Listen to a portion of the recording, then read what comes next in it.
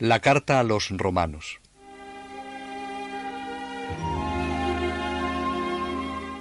Durante esta segunda estancia de Pablo en Macedonia, no pierde el tiempo ni se limita a una simple visita de inspección. La buena acogida que le ofrecieron los fieles de Macedonia le había ayudado a recuperar sus fuerzas y su ánimo. Y siempre ambicioso en sus proyectos, aprovechó aquel viaje para extender las fronteras y llevar el conocimiento de Cristo a nuevas regiones. Por algunas indicaciones de su carta a los romanos, se puede pensar que extendió sus viajes hasta Iliria, que comprendía entonces todo el país costero de Dalmacia hasta el Épiro. Pero esta misión no debió durar mucho porque, a fines del año 57, Pablo realiza por fin su visita a los Corintios, tantas veces anunciada. Le acompañaba un cortejo numeroso de discípulos como nunca había viajado con él. Eran enviados de las iglesias de Macedonia que Pablo, para hacer callar a sus enemigos, quería por compañeros para presentar en Jerusalén la ofrenda de sus hermanos. Eran cerca de 20, y entre ellos figuraban los más asiduos colaboradores de las empresas misioneras del apóstol: Timoteo, Tito, Erasto, tesorero de la ciudad de Corinto; Tercio, uno de sus secretarios; y Gayo el Corintio, en cuya casa residió durante esta su tercera permanencia en Corinto, la capital de Acaya. En Corinto le esperaba otro grupo de amigos. Era la más brillante representación de compañeros de combate que jamás ningún apóstol había llevado consigo. Al verlos, los corintios se formaron un buen concepto de la importancia universal de su apóstol. Como era invierno, no les era posible emprender largos viajes. De este modo, tuvo tiempo para asegurar a la iglesia de Corinto contra futuras perturbaciones mediante una ordenación firmemente coordinada. Allí pasó Pablo unos días de paz y de íntimo gozo. Se hospedaba en la hospitalaria casa de su amigo y podía darse a sosegadas reflexiones sobre los maravillosos designios de Dios con el linaje humano, sobre las más íntimas experiencias de su alma y sobre la suerte de su pueblo. Era un alto en aquella carrera agitada, que al mismo tiempo le sirvió de preparación para una nueva fase de trabajos y empresas. Le parece que su tarea en el mundo oriental ha terminado. El Evangelio está sólidamente implantado en Antioquía, en Éfeso, en Corinto, en las ciudades principales de Asia Menor, de Iliria y de Macedonia. Así lo expresa: desde Jerusalén en derredor hasta Iliria ha terminado la predicación del Evangelio. Ahora ya no tengo ningún campo de trabajo en estas regiones. La semilla estaba echada. Esa había sido su misión. Después, el tiempo y el Espíritu Santo la llevaría hasta los rincones más apartados. Le parece que él ya no tiene nada que hacer allí. Siente en su interior que Occidente le reclama, y es allí donde desea trasladar el centro de su actividad. Su mirada se dirige a Roma, aquella ciudad que desde hacía años había visto como el blanco de sus anhelos.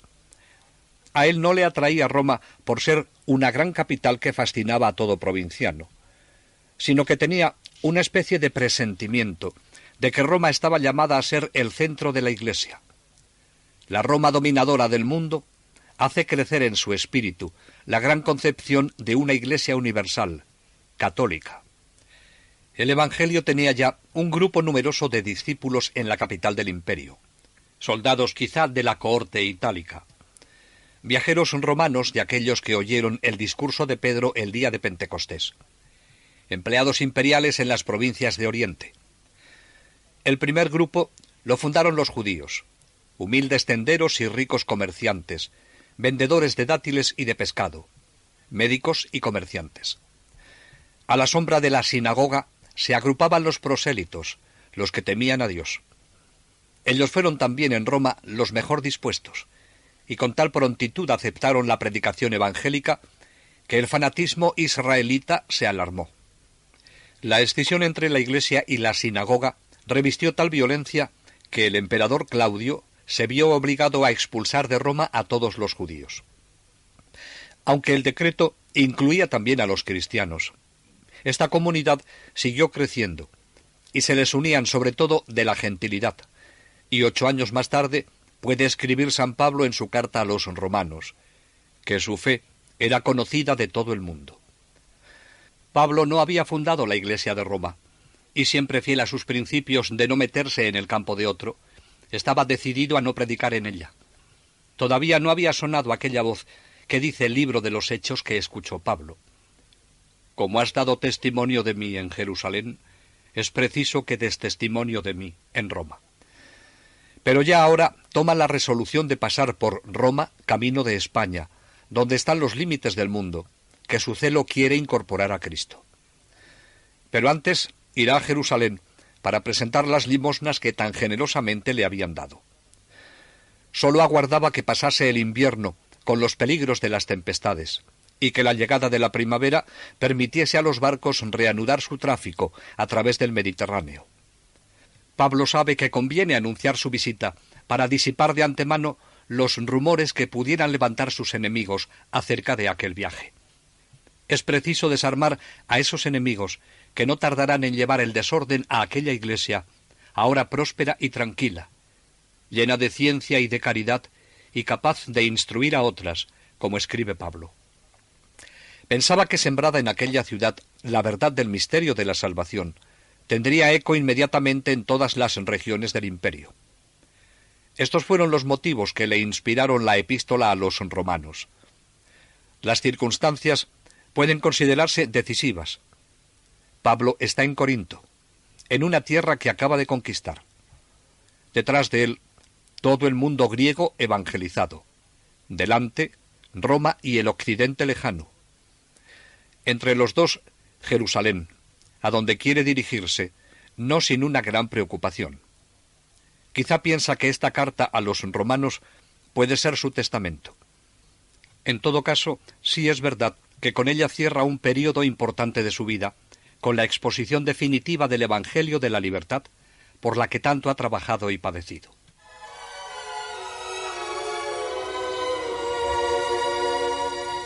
La idea central de la epístola a los romanos queda resumida en esta frase del primer capítulo.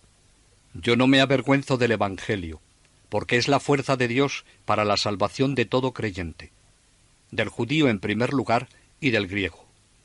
Efectivamente, la justicia de Dios se revela por él en la fe, según aquello que está escrito. El justo vive de la fe. La fe está en el centro de toda la carta a los romanos. La fe para Pablo es una realidad que ha de ir creciendo, desde una fe naciente hasta las cumbres de una fe dilatada y abierta. La fe es una vida, no es una cosa adquirida definitivamente, sino un continuo avance que se realiza todos los días en la persona que cree. La justicia de Dios, de la que habla Pablo, es una expresión que hay que entenderla bien. Se trata de una actitud activa de Dios que justifica, que hace ser justo. Es Dios quien salva por su gracia, y la fe del hombre es la respuesta a ese acto divino. Nos salvamos acogiendo por la fe la salvación, la justicia que Dios nos da. Pablo sabe que el Evangelio de Jesucristo lo ilumina todo. El pecado entró en el mundo desde el principio por obra de un solo hombre, y con el pecado entró la muerte. Ningún conato de justicia natural pudo salvar al hombre.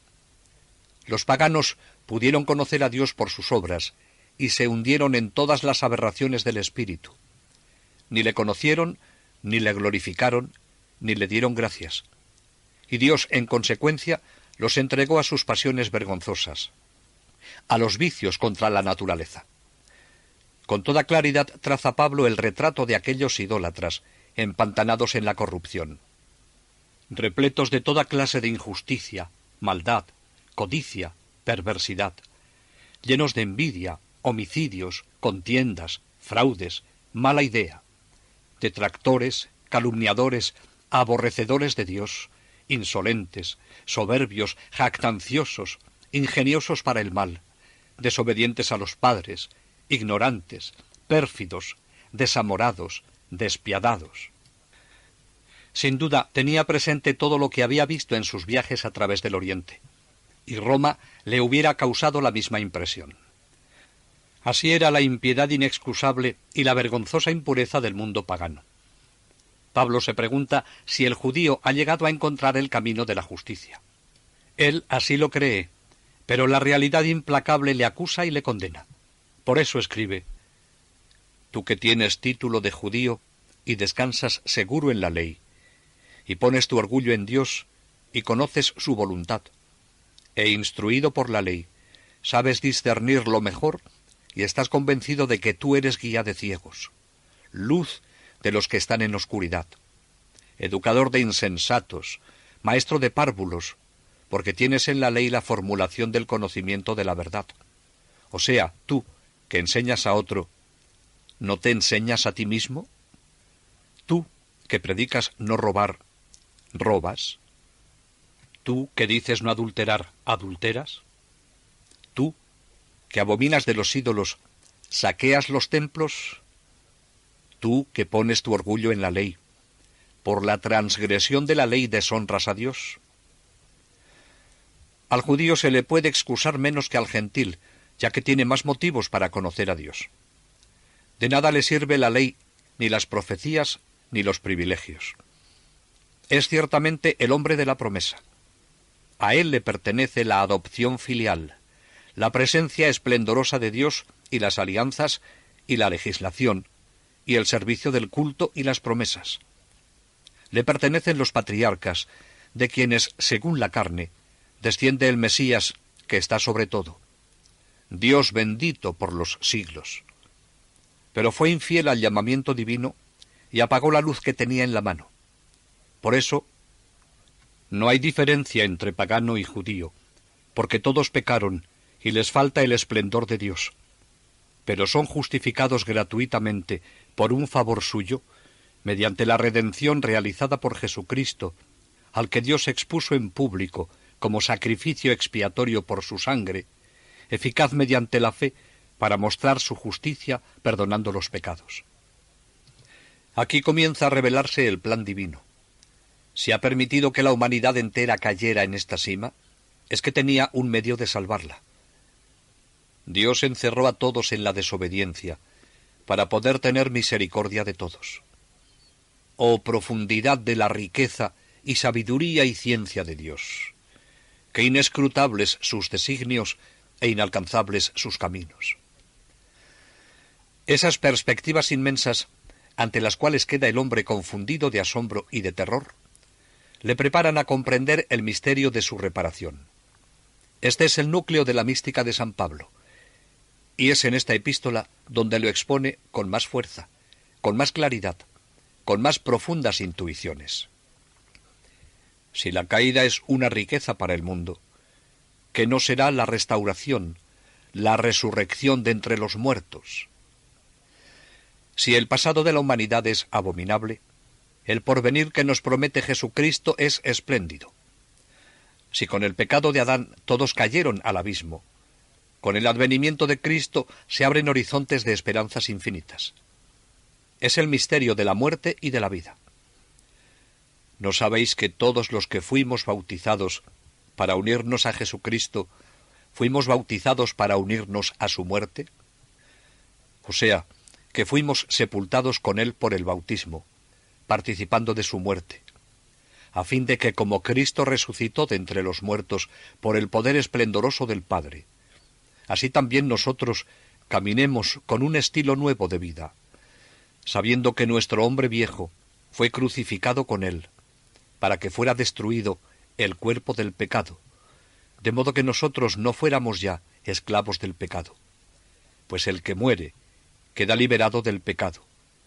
Y si ya hemos muerto con Cristo, creemos que también viviremos con él. Este es el centro de la teología paulina. Cristo ha muerto y ha resucitado.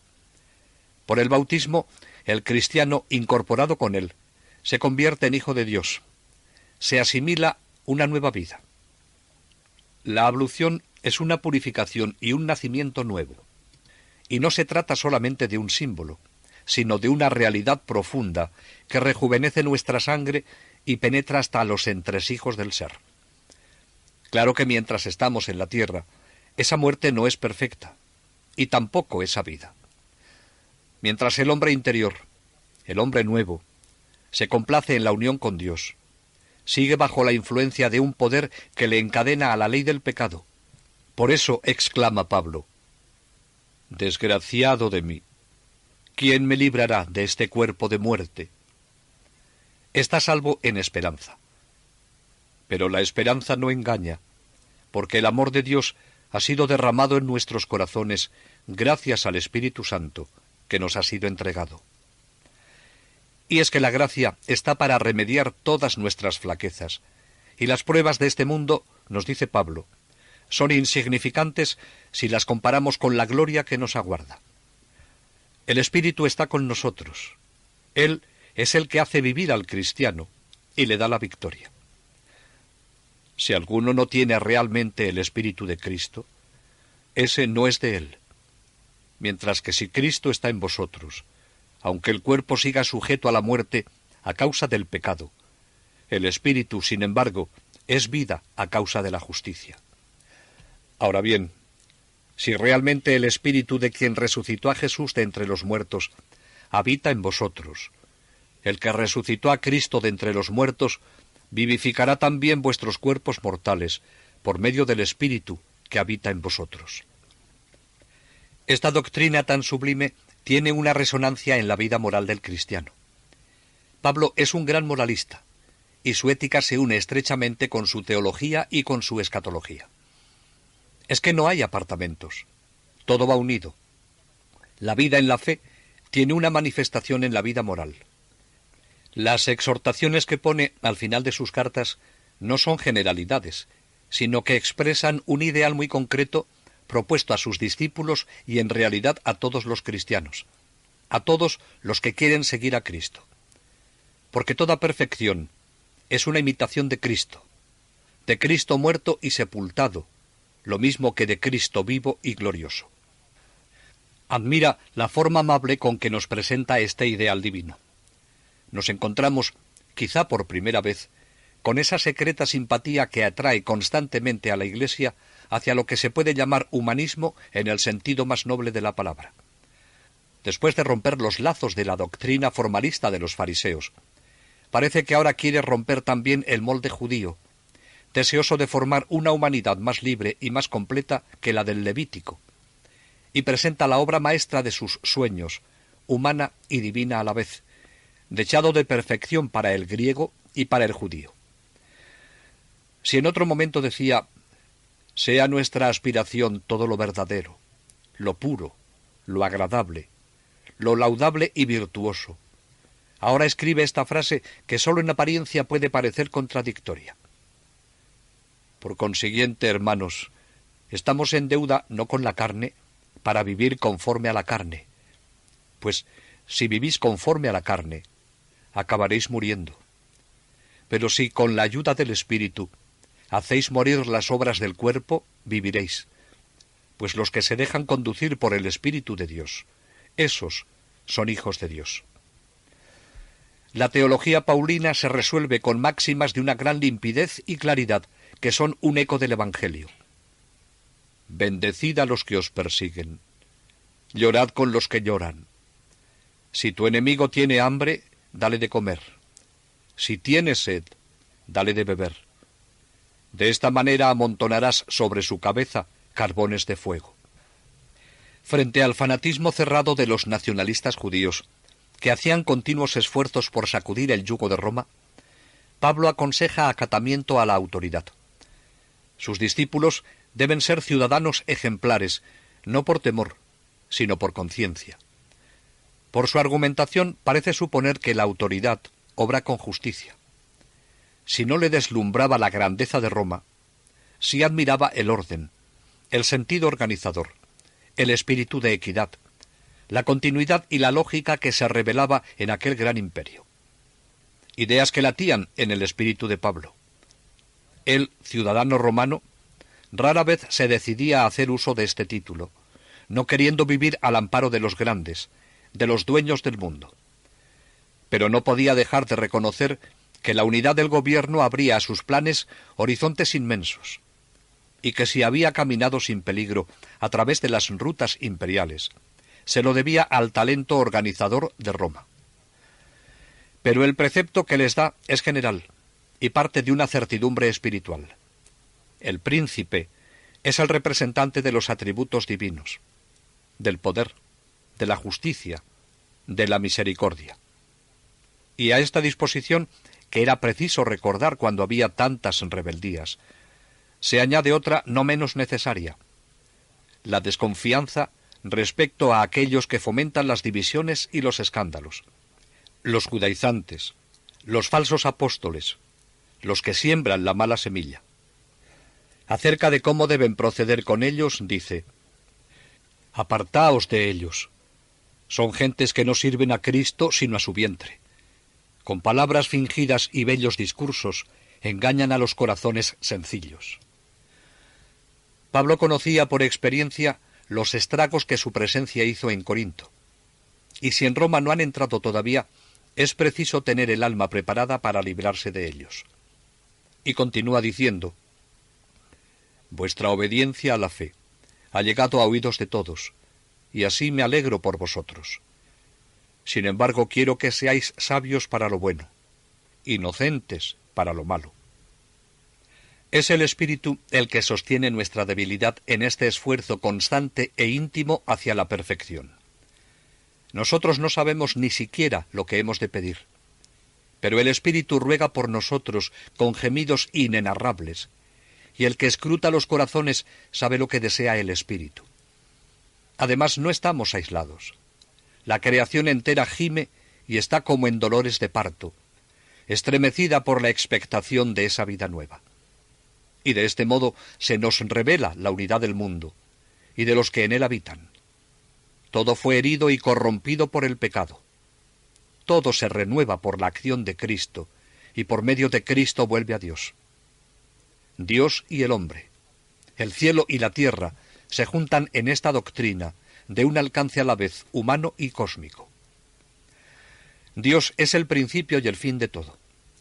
Sin duda, en la mística de San Pablo, Cristo aparece en primer plano, pero Él mismo viene del Padre y nos conduce al Padre. La mística de Cristo y la mística de Dios son inseparables en este grandioso panorama. En Jesucristo se alcanza a Dios, pero esta transformación que realiza en el cristiano la vida de Cristo es Dios todo en todos. Y este don infinito se aplica a cada cristiano por una predestinación particular que Pablo expone con frases candentes. Esta doctrina, llena de misterio, se avenía muy bien con la entereza de su carácter. Por eso la afirma con alegría, la repite, la anuncia en toda su crudeza, y su recuerdo le llena de inmensa alegría. De perseguidor y blasfemo, se ha convertido en vaso de elección, y su corazón se extasía ante la sabiduría inescrutable de los juicios divinos. No tiembla ni se aturde ante la disposición de un querer que sólo puede ser bueno y justo. Al contrario, el pensamiento de la gracia, venciendo al pecado, le llena de confianza y de amor, y le hace exclamar esta frase que puede parecer atrevida: «Dios lo encerró todo en la iniquidad para poder derramar sobre todos su misericordia». Pablo quiere proclamar que la salvación nos fue dada por el amor infinito de Dios. Pablo no puede menos de expresar su inmensa alegría ante la sublimidad del misterio que nos revela con estas palabras: «Sabemos que a los que aman a Dios, para los que son llamados según su designio, todo colabora al bien, porque a los que conoció de antemano, también los predestinó a ser copias de la imagen de su Hijo, para que éste fuera el primogénito entre muchos hermanos. Y a los que predestinó, a esos también los llamó, y a los que llamó, a esos también los justificó, y a los que justificó, a esos también los glorificó». Entonces, ¿qué diremos a esto? Si Dios está a favor de nosotros, ¿quién puede estar contra nosotros? Precisamente el que no perdonó a su propio Hijo, sino que lo entregó por todos nosotros, ¿cómo no va también a regalarnos todo junto con Él? ¿Quién podrá acusar a los elegidos de Dios? Si Dios es el que absuelve, ¿quién será capaz de condenar? si Jesucristo es el que murió, más aún, resucitó, el que además está a la derecha de Dios, el que además intercede por nosotros, ¿quién podrá separarnos del amor de Cristo? ¿La tribulación, o la angustia, o la persecución, o el hambre, o la desnudez, o el peligro, o la espada, tal como está escrito? Por tu causa vamos a la muerte todo el día, fuimos contados como ovejas de matadero. Pero en todo eso logramos plenamente la victoria, gracias al que nos ama. Pues estoy convencido de que ni muerte ni vida, ni ángeles ni principados, ni presente ni futuro, ni potencias, ni cielo ni abismo, ni alguna otra criatura podrá separarnos del amor que Dios nos tiene en Jesucristo, Señor nuestro. En realidad esta epístola es un tratado de alta teología, donde se nos iluminan los dogmas fundamentales del cristianismo: necesidad de la fe, gratuidad de la salvación, acción de la gracia en la santificación, distinción de las personas divinas, misterio del pecado original, universalidad de la redención, unidad de la Iglesia, incorporación del cristiano en Jesucristo. Las crisis delicadas que vivió en las iglesias de Galacia y Corinto le permitieron reflexionar a fondo sobre el misterio de la gracia y de la justicia de Dios. Su pensamiento está en plena madurez. Por tanto, esta carta a los romanos, la más serena y la mejor constituida de todas sus epístolas, abarca una gran síntesis doctrinal. Por la densidad de los temas, da la impresión de que esta carta Pablo no la ha escrito de un tirón ni en unas horas, sino que ha sido objeto de profunda reflexión y meditación. El estilo, la riqueza y precisión de las citas, la sutileza de los razonamientos y la ausencia de repeticiones parecen indicar que ha meditado largamente lo que quería decir, no solo a los romanos, sino a toda la Iglesia. En realidad la carta es fruto del invierno del año 58 que Pablo pasó en Corinto, obligado por las circunstancias, ya que hasta la primavera no se reanudaba la navegación en alta mar. Tenía intención de embarcarse lo más pronto posible, con el fin de poder estar en Jerusalén al acercarse la Pascua. Pero a Pablo nunca le resultan fáciles las cosas. A última hora se enteró de que su vida corría peligro, pues pensaban asesinarle en el barco, o tal vez arrojarle al mar. Sus enemigos seguían intentando hacerle desaparecer, y en esta ocasión se añadía un nuevo motivo. Parece que querían apoderarse también del dinero que llevaba para ayudar a los pobres de Jerusalén.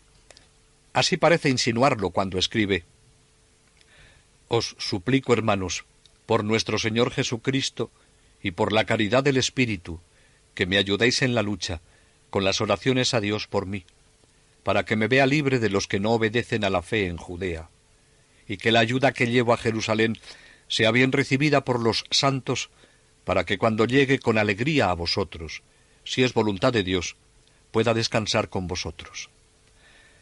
Pero Pablo no se acobarda ante las dificultades, ni sus enemigos podrán paralizar los planes que Dios tiene sobre él. Está decidido a arrostrar, como siempre, todo tipo de peligros. Por eso decide ponerse en camino.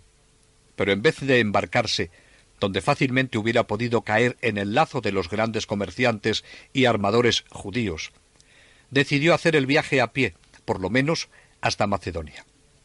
Esto suponía que tenía que renunciar a celebrar la Pascua en Jerusalén. Comenzó el viaje acompañado por más de una docena de discípulos.